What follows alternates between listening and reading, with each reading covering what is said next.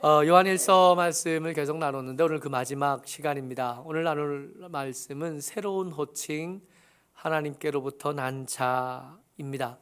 먼저 이 말씀을 나누기 전에 먼저 우리가 누구인지부터 좀 정리를 할 필요가 있습니다. 여기 모여 있는 우리, 그리고 영상으로 예배하고 있는 우리가 누구인가, 우리의 정체성이 뭔가, 우리는 어떤 사람인가부터 먼저 좀 살피고 정리를 해볼 필요가 있습니다. 왜냐하면 우리가 우리 자신을 향해서 가진 기대도 있고 세상이 우리를 향해서 가진 기대도 있는데 그 기대가 적당하지 않아서 우리가 우리를 힘들게 하기도 하고 세상의 기대에 걸맞지 않은 것 때문에 또 우리가 또 우리를 힘들게 하는 경우들, 엉뚱한 기대 때문에 어려움을 당하는 경우들이 있거든요. 여러분, 우리는요, 다른 사람들 아니라 훌륭한 어떤 사람, 능력 있는 어떤 사람이 아니라 우리는 이런 사람들입니다. 요한일서 5장 13절이에요. 같이 읽죠. 시작.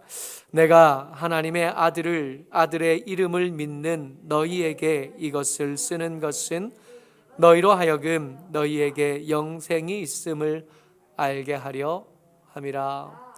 여러분, 우리 누군가요? 우리는 누구냐 하면 하나님의 아들의 이름을 믿는 사람, 그래서 그 믿음 덕분에 생명을 얻은 사람, 그게 우리예요. 세상에 사는 여러 사람들보다 인격이 더 훌륭한 사람, 그게 우리는 아니라는 거죠. 그러고 싶은 마음은 있고 그랬으면 좋겠다 하는 기도 제목도 있고 그러기를 바라는 연습과 훈련도 우리에게 있기는 하지만 그게 우리 정체성은 아니에요. 우리 정체성은 뭐냐면 하나님의 아들의 이름을 믿는 사람, 그 하나님의 아들을 믿는 것 때문에 생명을 얻은 사람, 그게 우리입니다. 그래서 우리 중에는 여전히 인격이 부족한 사람들이 있습니다. 그래서 우리 중에는 여전히 능력이 부족해서 그 부정한 능력 때문에 고민이 많고 삶의 문제를 스스로 해결하지 못하는 것 때문에 매번 어려움을 당하는 사람들이 우리 가운데 있습니다. 우리 가운데 있다는 말로 두루뭉실하게 말을 하기는 하지만 사실은 우리라기보다는 나이죠. 인격이 모자란 것 때문에 매번 입을 차잖아요. 그때 그 말 하지 말걸, 그때 그런 표정을 짓지 말걸, 그때 그런 마음 갖지 말걸, 이런 것들 때문에 기도할 때마다 힘들고 잠자리에 누우면 그때 생각나서 또 어렵고 힘든 우리들인 겁니다. 능력이 부족합니다. 그래서 우리 지금 교회 회피 공사들 하고 있잖아요. 이게 비계가 옆에 있을 때는 모르겠더니 비계 벗겨놓으니까 새로 짓는 옆에 교회가 얼마나 예뻐 보이는지요. 아유, 새삼 부러워. 근데 그것도 부러운데 그 옆에 집 그 상담소가 있던 자리를 헐고 지금 거기 단층으로 다시 짓더라고요. 그것도 부러운 거예요. 근데 그 높고 잘 지은 건물은 우리보다 거리가 너무 멀어 싶으신데 그 이렇게 헐고 밑에 기초공사 해놓고 금방금방 하더라고요. 그걸 보니까 우리도 저쯤 정도 할 수 있으면 좋겠다 하는 생각이 들고 부러운 거예요. 여러분, 우리 속에 영생이 있어도 이 부러운 걸 못 끊겠는 거예요. 하나님의 교회를 말할 때 건물을 말함이 아니라 그 속에 있는 믿음을 고백한 하나님의 사람들이란 걸 아는데도 건물이 부러운 거예요. 새로 짓는 것을 보면 우리도 그럴 수 있으면 좋겠다는 생각이 드는 겁니다. 이런 우린 거죠. 보잘것없고 아는 대로 살지 못하고 하고 싶은 것은 있으나 하고 싶은 대로 실천하지는 못하고 그저 하던 대로 하고 사는 우리들인 겁니다. 우리 그런 사람들이에요. 우리 그렇게 대단하지 않습니다. 그래서 이걸 아니까 우리 스스로에 대한 기대도 좀 낮춰줄 필요가 있고 교회를 향한 기대들이 있는 세상의 시선은 알지만 그럼에도 불구하고 미안하다고 말해야죠. 뭐 어떡하겠어요. 그렇게 되면 참 좋을 뻔했는데 아직 그 정도까지는 안 돼서 때때로 미안하고 때때로 죄송하죠. 뭐 우리 스스로 우리 서로에게도 마찬가지지 않은가요? 우리가 그렇게 나쁜 사람들이라 서로에게 상처를 주고받고 싶었던 것이 아니라 잘 못했던 거예요. 그럴 능력이 없었고 그렇게밖에 말 못했고 그런 표정밖에 짓지 못했던 겁니다. 그래서 죄송하고 미안한 일들이 많죠.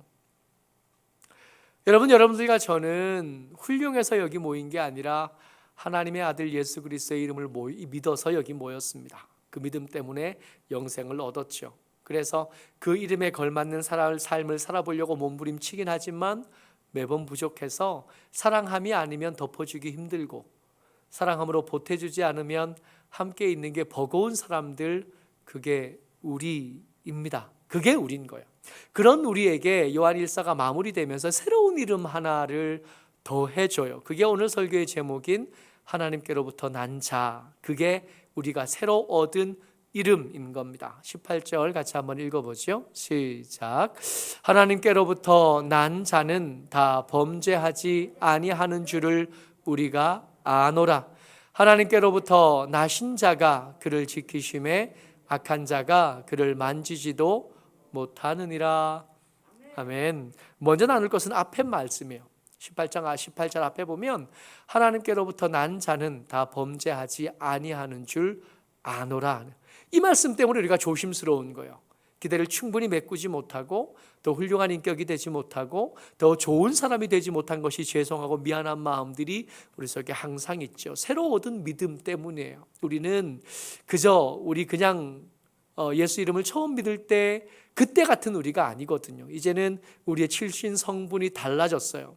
우리는 이제 우리 육신의 아버지 어머니의 아들일 뿐만 아니라 아버지 하나님을 우리의 근거로 한, 아버지 하나님을 우리의 아버지로 둔 하나님의 사람이 된 겁니다. 그래서 거기에 맞추려고 몸부림치는 삶을 살게 된 거죠.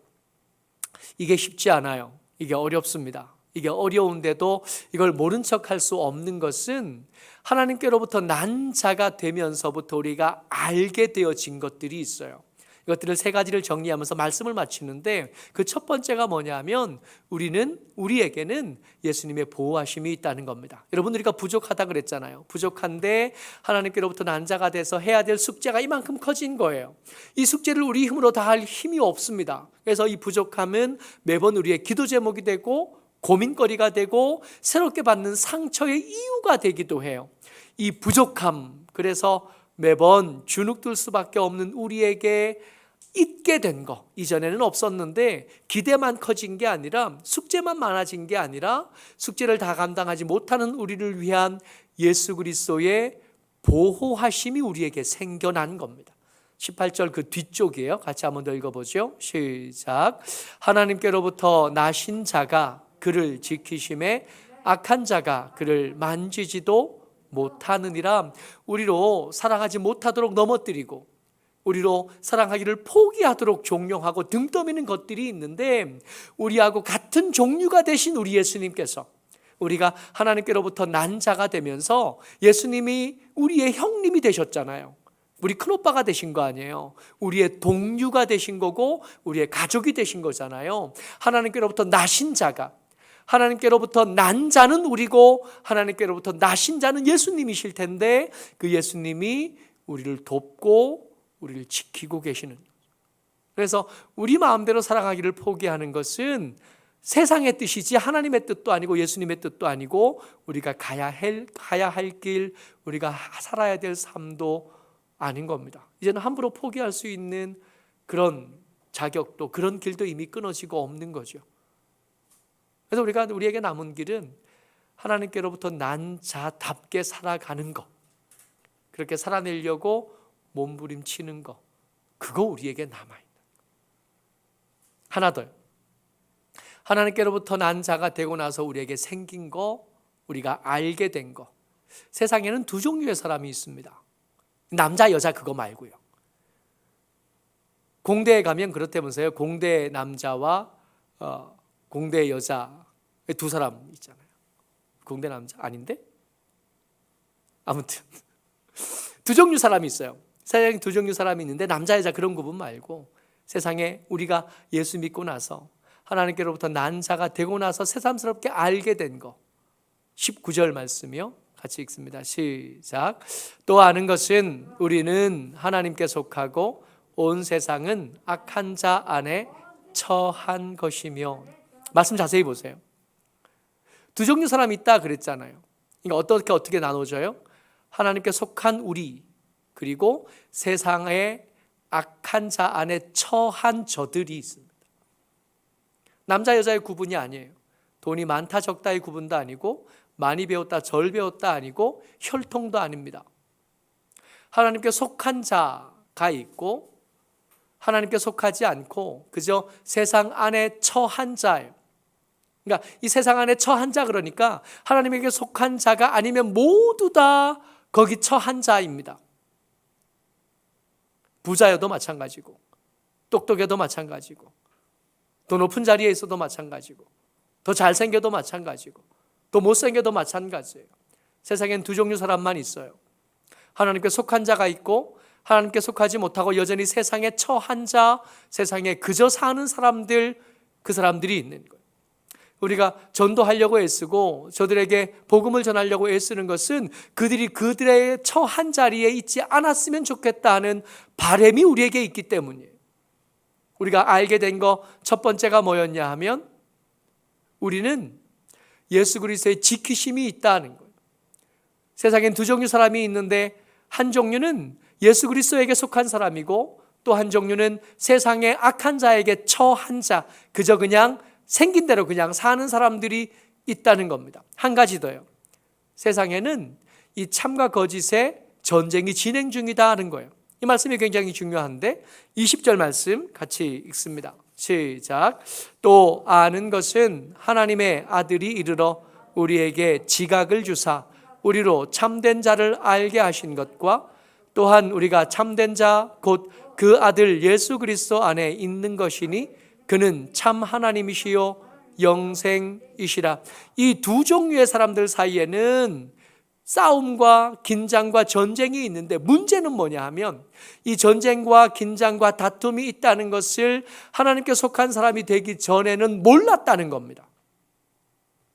또 아는 것은 하나님의 아들이 이르러 우리에게 지각을 주사 우리로 참된 자를 알게 하신 것. 저 지각을 하나님께서 주신 거예요. 알 수 있도록 해주시고 닫혔던 눈들을 뜰 수 있게 해주시고 비늘 같은 것들이 떨어지는 역사가 우리 마음속에서 우리 삶 속에서 일어나게 하신 거예요. 그 소금에서 거짓된 것에서 나올 수 있게 해주신 거예요. 그 안에 처할 때는 몰랐는데 나와보니까 알겠어요. 저들이 사는 세상이 진짜가 아니라는 것. 저들이 말하는 부자로 사는 것이 성공한 삶이 아니란 걸 나와보고서야 아는 겁니다. 저들이 말하는 죽음이 끝이라는 그 말들이 사실은 진짜가 아니라 거짓이라는 것을 그 죽음 끝에 있는 예수님의 이야기를 듣고 나서야 알게 된 거예요. 정리 한번 해볼게요. 우리가 하나님께로부터 난 자가 되고 나서부터 알게 된 것이 있는데 그 첫 번째가 뭐였냐면 우리에게는 예수님의 보호하심이 있다. 우리가 부족한 사람들이라 이거 없으면 하루도 그 안에 계속 머물 수 없습니다.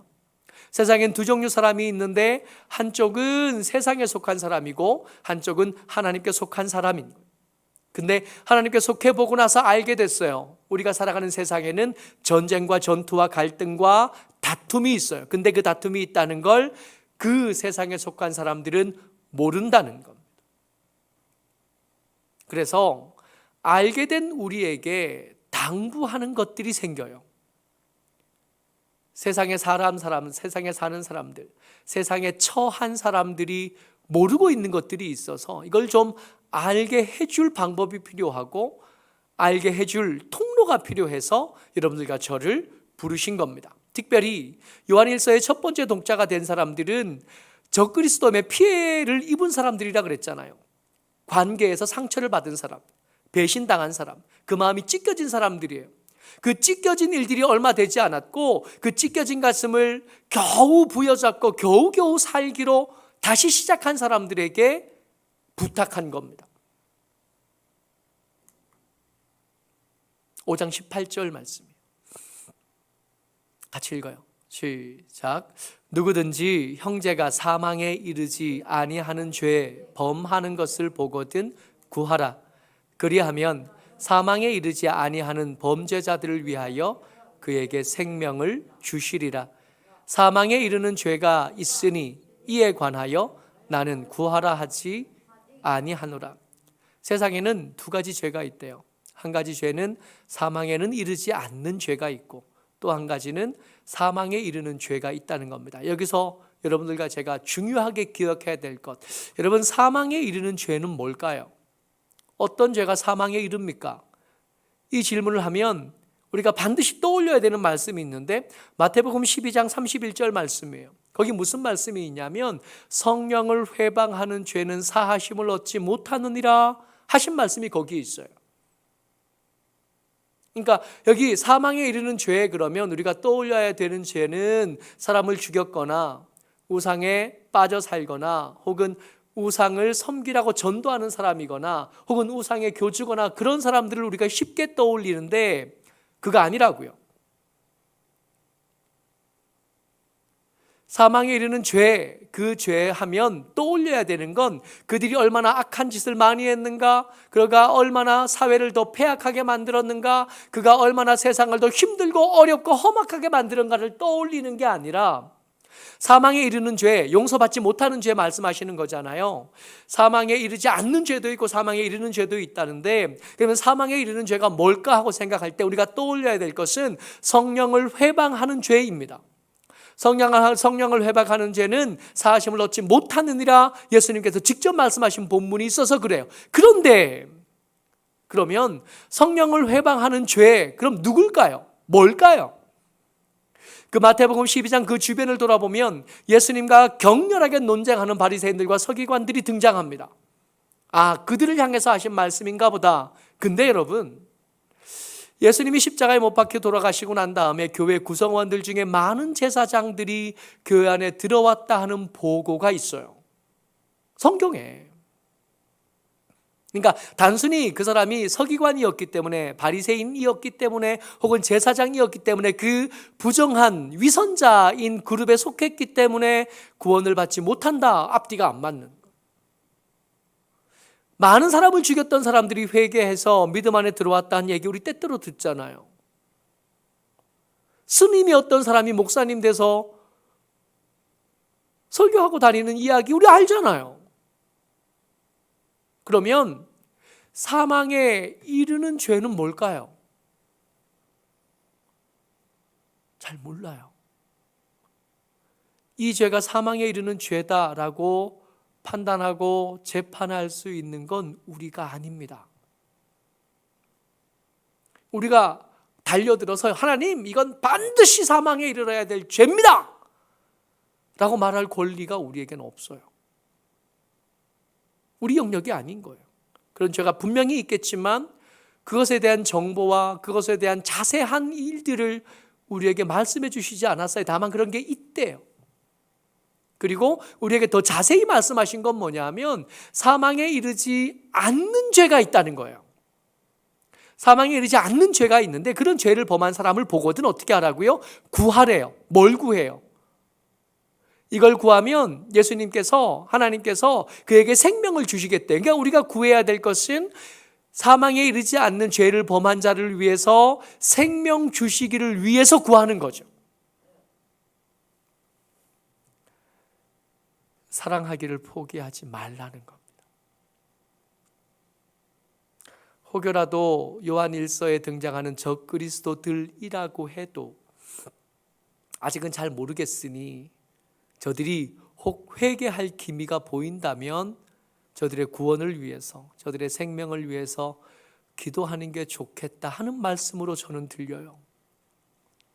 그리하면 사망에 이르지 아니하는 범죄자들을 위하여 그에게 생명을 주시리라 말씀하셨으니까, 그러니까 우리 마음대로 포기하지 말라. 우리 마음대로 포기하지 말고 저들이 생명 얻기를 위해서 계속 기도해 주라고. 끝까지 요한일서는 형제 사랑하는 일을 포기하지 말라는 겁니다. 사랑하는 자들아, 우리에게 말씀하셨던 4장 7절 8절 말씀이 끝끝내 우리 마음속에 남는 거죠. 같이 읽습니다. 시작. 사랑하는 자들아, 우리가 서로 사랑하자. 사랑은 하나님께 속한 것이니 사랑하는 자마다 하나님으로부터 나서 하나님을 알고 사랑하지 아니하는 자는 하나님을 알지 못하나니 이는 하나님은 사랑이심이라. 아멘. 결론은 이겁니다. 사랑하는 자들아, 우리가 서로 사랑하자.